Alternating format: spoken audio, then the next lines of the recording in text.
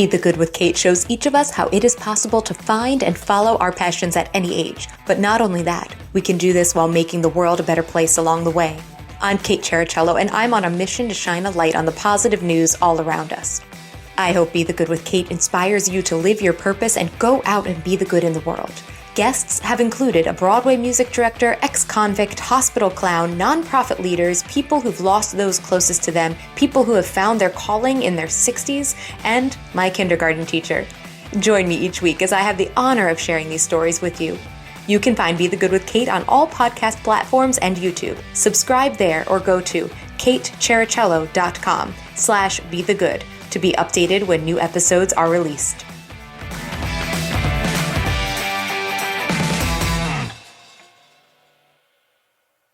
Great. Welcome back to Be the Good with Kate. I'm excited to share with you Jonathan FitzGordon today. And as my listeners know, I have a fitness background. I love things that really dive into physical well-being, and especially when it ties into mental well-being. So very excited to introduce you to Jonathan. He has created the Rejuvenation Movement Method, and it aims to help people age gracefully and live pain-free lives. He's also the creator of the Core Walking Program, So As Release Party, and the Be Your Own Healer program. So we're going to dive into 5 questions, give or take a follow-up, and hopefully leave these listeners with that inspiration to follow their passions and make a difference along the way. Jonathan, thanks for being here.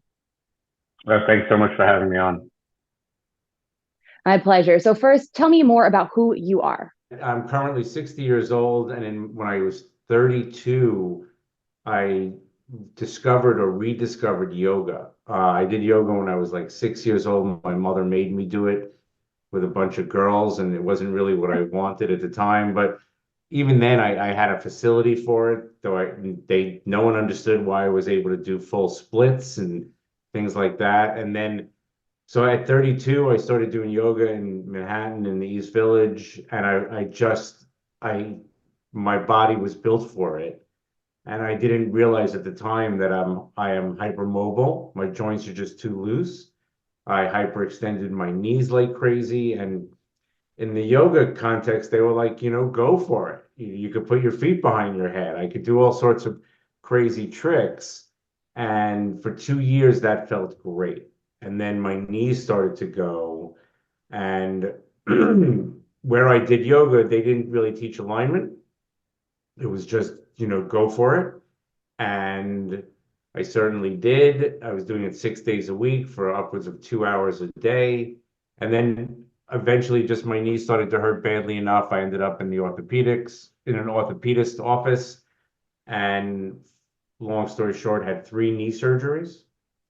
My meniscus, at one point I tore the whole meniscus off the mooring of the bone, and it was all fine. I had a surgery, physical therapy, yoga, got hurt again, surgery, physical therapy.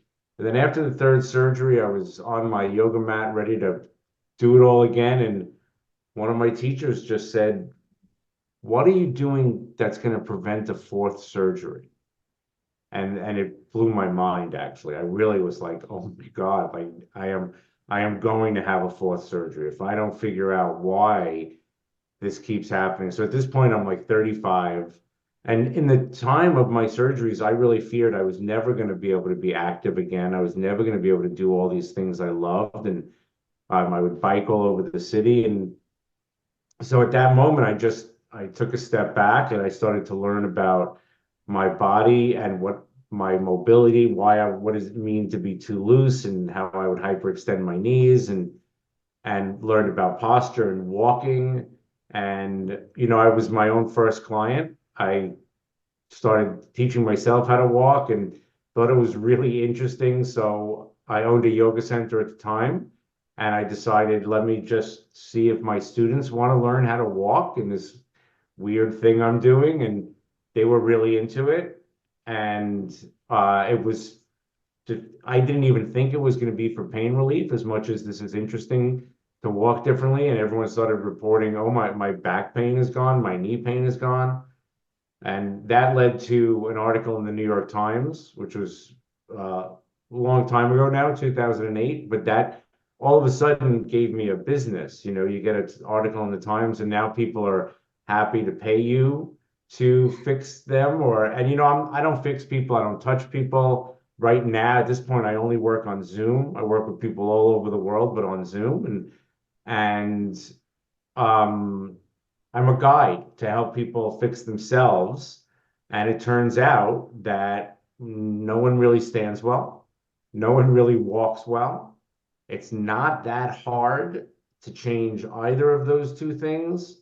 Same thing with exercising correctly, but it's not as simple. You know, it's very simple on one level, but you know, these are patterns and habits that were not designed to think about too much or designed to change. You know, I walk, therefore I think I walk correctly, but it doesn't really work that way.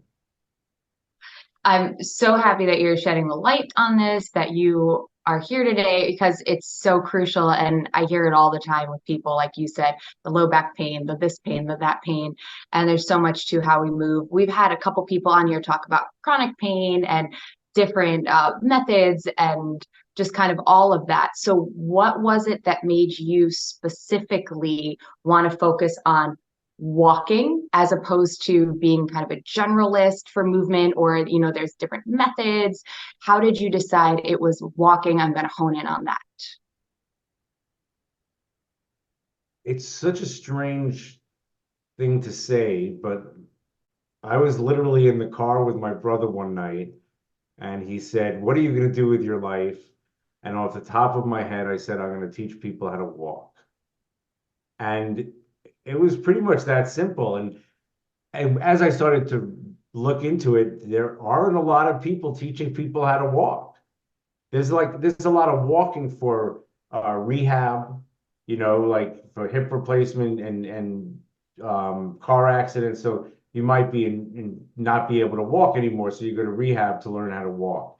There's a lot of fitness walking out there. There are a lot of really amazing people teaching walking for fitness, which is not at all what I teach.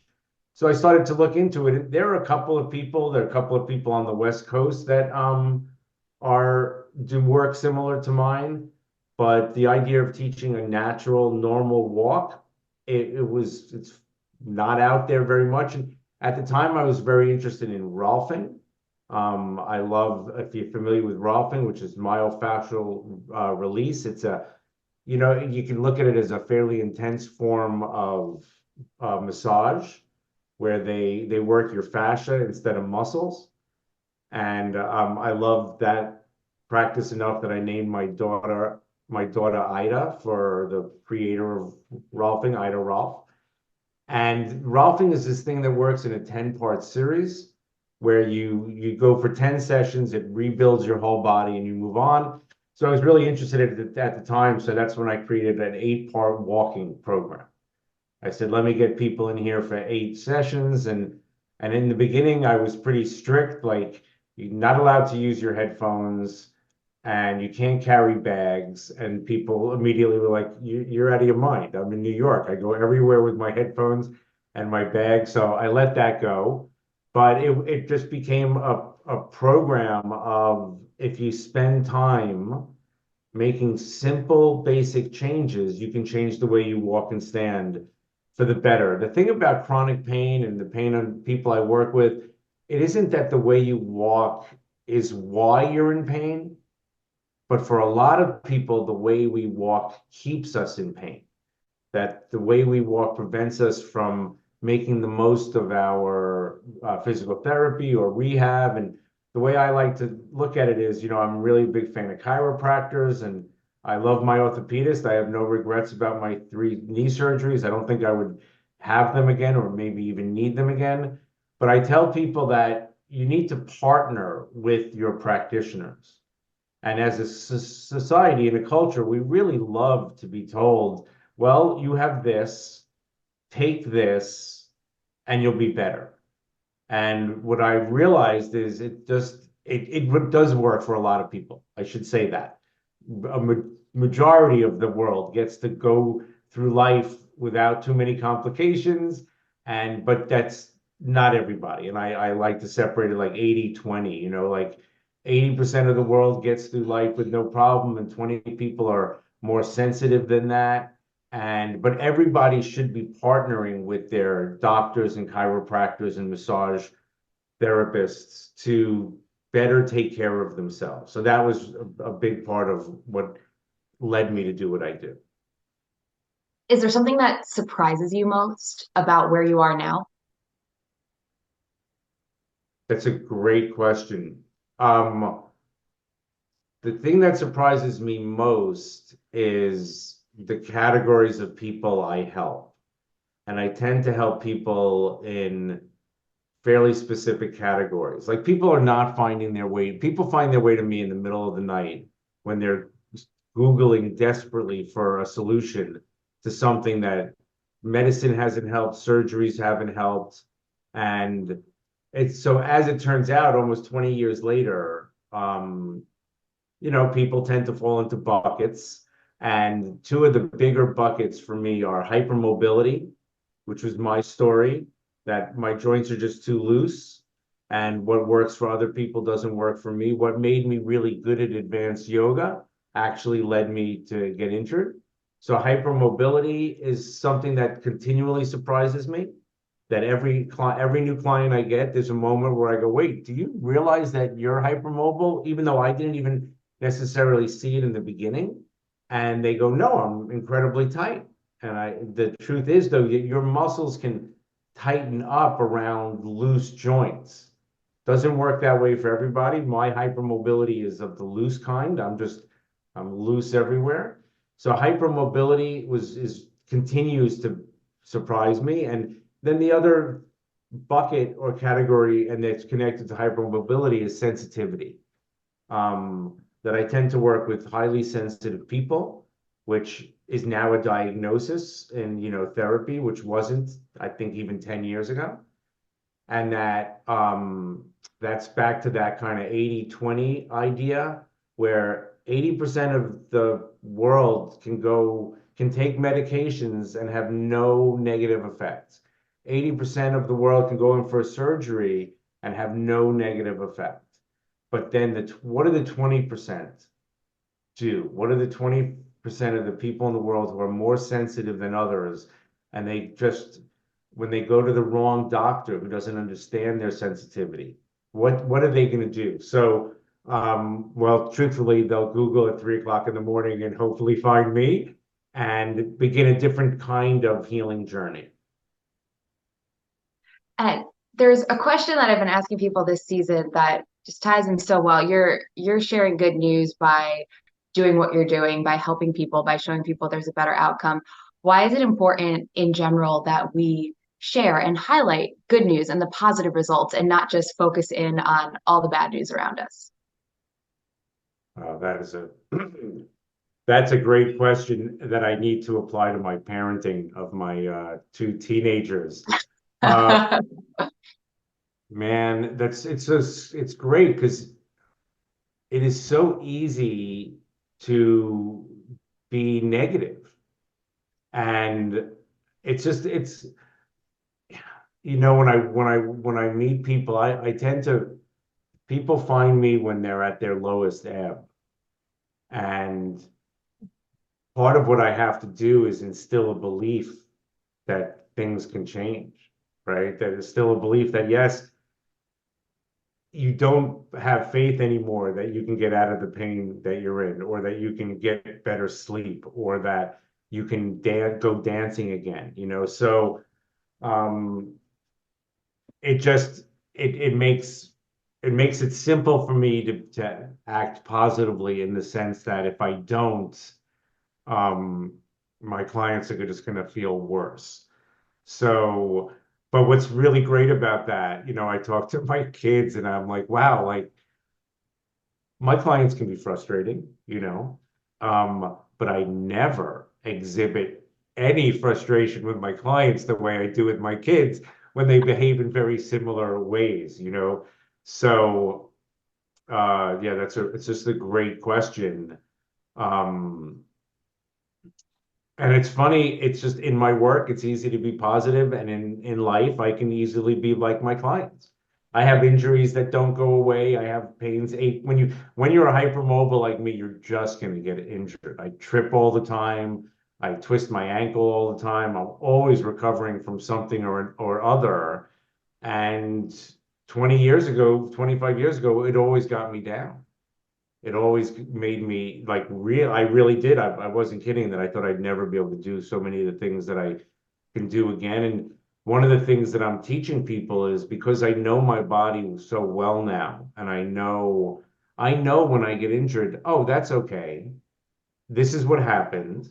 This is how my body works. It's going to take a while, but I will get injured. And one of the things I tell people is like, even 1% better means you're getting better. Like it can be terrifying to be hurt, and um, not to share about my mother-in-law, but I'll share about my mother-in-law. She has a pain that she's having a lot of trouble dealing with. And she injured herself, I believe, trying to get out of the bathtub with no hands, which is a very good thing to work on. And it just so happens that last year I was working on standing up from a sitting position with no hands, and I had a really intense injury. Um, I pulled something in my diaphragm, and here I am, quasi-professional at what I do. And I'm walking down the street with my wife going, I think I'm having a stroke. Like I've never had a pain like this before.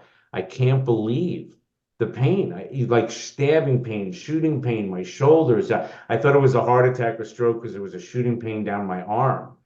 And it took me a while, but I finally made a connection to that exercise I was doing, trying to stand up. And I said, oh, okay. I now know why it happened. I'm not doing that anymore. And that particular injury took like 6 weeks to get out of acute pain. But what it would help me, so I'm talking to my mother-in-law and I said, well, why? Nothing happens for no reason, right? Why did this shooting pain, she started getting pain on down both legs, which she had never had before. She had a history of one leg. And then she finally remembered, oh, I had this thing where I was trying to get out of the bathtub with no hands. And I said, we don't know that that's exactly what happened. But I actually think it very likely is because I have a injury of my own to relate to it. And I said, there's not much I can tell you to do at the moment. She knows my stuff. She walks well, she stands well. I said, so let's just monitor. And she's getting better, right? She's healing. But the terror of being in pain that you don't understand, where you think you're never going to heal, is so debilitating. And so in a lot of ways, I'm just teaching people, learn to trust yourself, right? 1% better means better. It's not where we want to be necessarily, but if we're patient and persevere, we'll get to where we want to go. Just like searching, not giving up, just keep searching for that root cause or who could help, keeping that hope. Absolutely. And Jonathan, I'm hearing like how you found that you have a passion for what you're doing through your own experience. And it's something that seems very specific that a lot of people probably wouldn't have even thought of, right? Like, oh, why focus on walking? Why focus on these parts of the body? And what would you tell someone who wants to make a difference like you are, but they don't know where to start? Maybe their brain is spinning with ideas and how they might be able to. Any advice you could give them? That's another great question.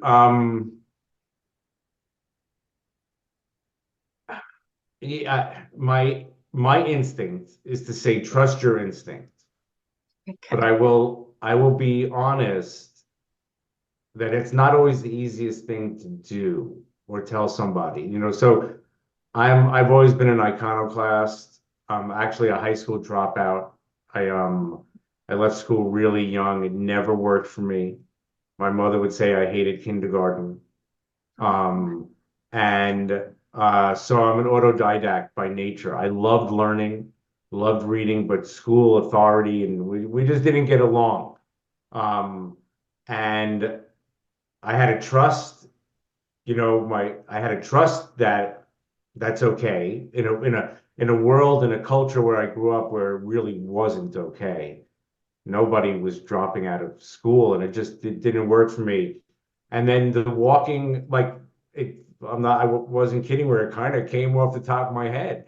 And so I personally try to live a very intuitive life.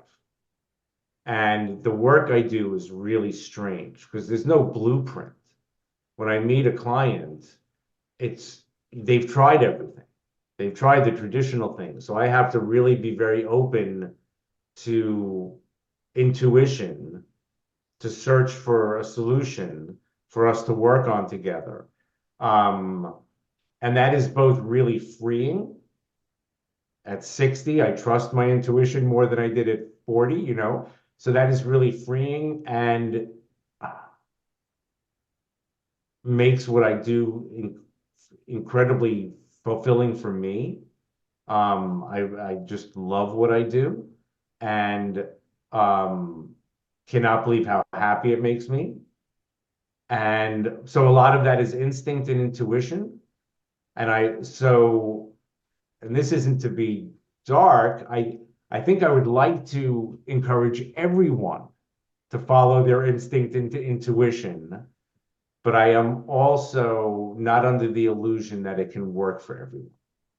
Sure. But it's been the guiding light for me, and I did not trust it when I was younger nearly as much as I trust it now.